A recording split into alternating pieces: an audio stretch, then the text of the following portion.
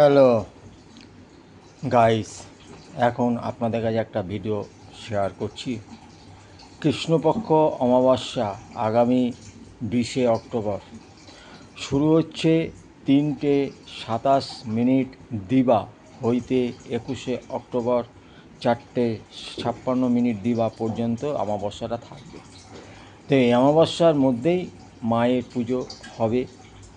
মা দুর্গা এসে চলে গেছেন, তারপরে মা দুর্গা পাঠালো মা লক্ষ্মীকে। মা লক্ষ্মী চলে গেছেন, এবারে আসে মায়ের আরেকটি রূপ, সে হচ্ছে মা কালী। মায়েরই একটি রূপ আসছে, মা কালী পুজো 20শে অক্টোবর।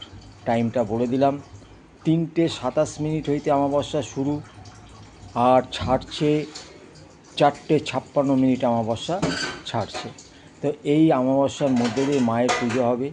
আপনারা আপনাদের সমস্যা মনে মনে রাখবেন, সেই সমস্যাটা মায়ের কাছে যাবেন, মাকে শাড়ি দিয়ে সিঁদুর আলতা দিয়ে মাকে অর্পণ করবেন, আপনাদের মনোবাসনা জানাবেন।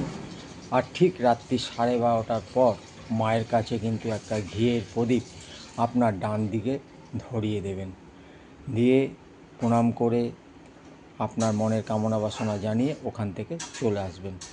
একটা দিন করুন, বছরে একটা দিন করুন। আপনার মনে যা রোগ ব্যাধি যাবতীয় যা আপনার সমস্যা আছে সেইগুলো মায়ের কাছে জানান, দেখবেন অবশ্যই ভালো ফল পাবেন। এবং এটা খুব সুন্দর একটা টিপস। ভালো থাকুন, সুস্থ থাকুন।